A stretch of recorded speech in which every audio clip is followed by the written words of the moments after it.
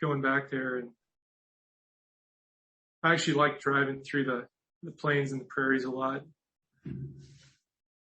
Yeah, me too. I mean, it is we drive back and forth some. My family's still in northern Illinois, so we drive back and forth quite a bit.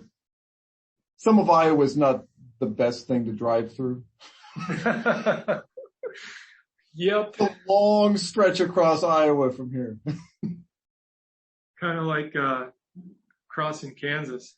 Yes. But there's a famous photo of a road sign. I want to say is maybe in North Dakota, one of the Plains states, but it said like next 500 miles, road, radio, you. You know, that's kind of how I felt when I first drove out to Arizona, driving through northern Texas and into New Mexico.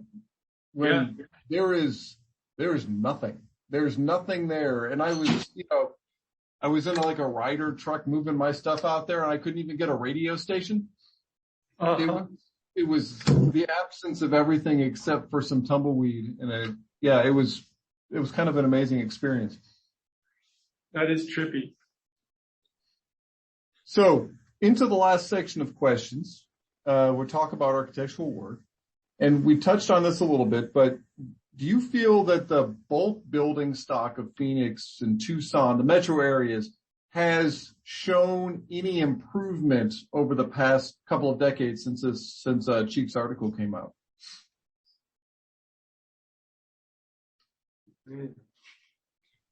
At a bulk level, I'm going to be cynical. I feel like we have more and more mediocre, and especially as the place densifies at like hundreds of households a month.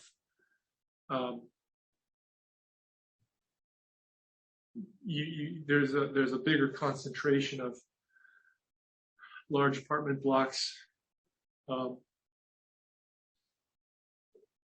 In some of them maybe trying to do something design-wise, but I feel like our overall fabric may be positive that we're getting denser, so maybe we will drive a little bit less. Mm-hmm. I would say I live in a north central Phoenix neighborhood that's, 10 minutes from downtown or the airport. So not far out. And we do have some walkability. I'm not talking about the architectural aesthetic of the built environment. That's just kind of what I was.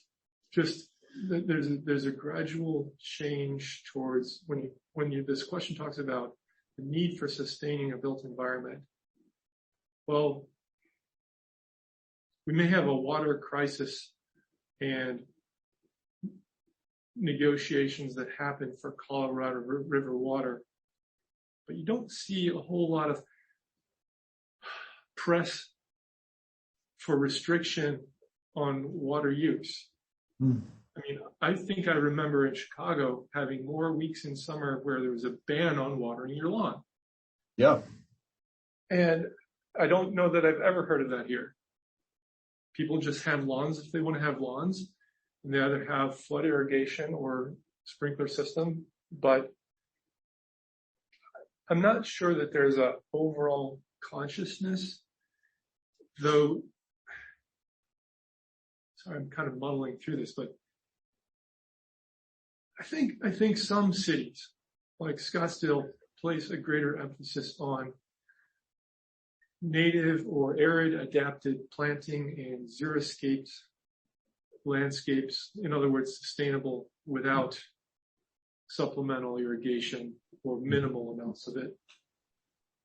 I think that's become, we're much more conscious of that, like we're conscious of dark sky in most townships. What do you think, Rob? It's a tough question because it depends what lens you actually look at. I would agree with Ben.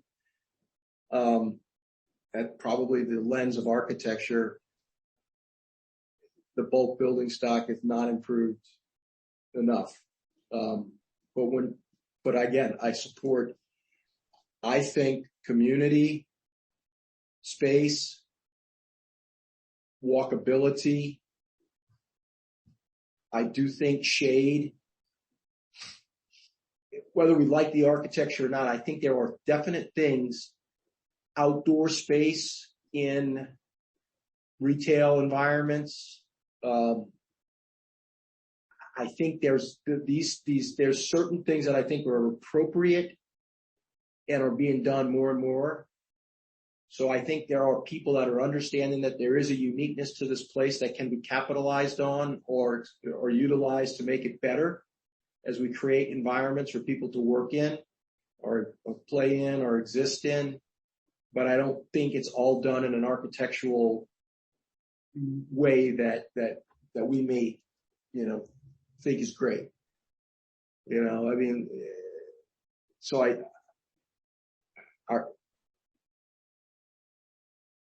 that would be how I would answer the question. And so I think, so that's good. So, maybe it's not that it's the kind of architecture that we want to aspire to do, but I think that there are moments of those things that make a difference. Like, what they did over at Roosevelt, not Roosevelt, what's the hotel? It's the San Marcos. Is it the San Marcos? San Carlos Hotel in downtown Phoenix. When's the last time you've been to downtown Phoenix? Oh, it's been a couple of years now. I haven't been able to come back there at all because of, COVID. So yeah, I mean, and I don't know what you've noticed, but like there was the San Carlos Hotel that reinvented itself as it relates to the urban environment and sliding doors and retail spaces and the lobby of the hotel that's become a public piece, not just a hotel anymore. And it's just, there's moves that I think are really, really good that make better places. And it happens all over the place. And like Lucy's in our own world up in, Sunny Slope is nothing that I like from an architecture perspective at all, but from a collection of buildings and places and environment and community that they created, it's phenomenal. It's great. They nailed it. I mean, people go there. It's got a great urban buzz to it. And those places exist all over the place. So there's a lot more rooftop areas to occupy. There's a lot more retail restaurants and spaces that utilize this incredible weather that we have for a lot of the year. Some of that I think is just that there was a poverty of community and more people then thinking about making neighborhood places. So where, like Rob mentions, Lucy's. I was just there with a friend last night and it's rather quaint, but it completely makes, where there was a nursery, they kept as many trees as they could, deeply shaded parking lots, and amongst a group of buildings that's almost farm-like or something, there's a event courtyard with a great patio. And John Douglas was the architect who assisted, the developer that we're involved with, who's deeply concerned, a group called Venue, in place making. They really are doing things that are humanizing neighborhoods. And it's not, most of it isn't Arizona School aesthetically, but it's improvement. And I guess I think that in terms of a population awareness for sustaining a built environment, I think to sustain a quality of life, you need to have one. And that's something that's gradually changing. That's good. So there's some progress. Yeah. That's a very good thing. What building spaces, places in the Sonoran Desert region of Arizona do you feel are most reflective of an architecture of Arizona?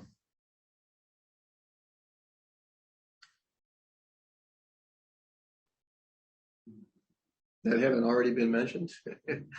Well, not necessarily. It could be things that have already been mentioned. It could be things that are in the article. It could just be places you really like to be. Yeah. One I'll mention, because I know it was done us with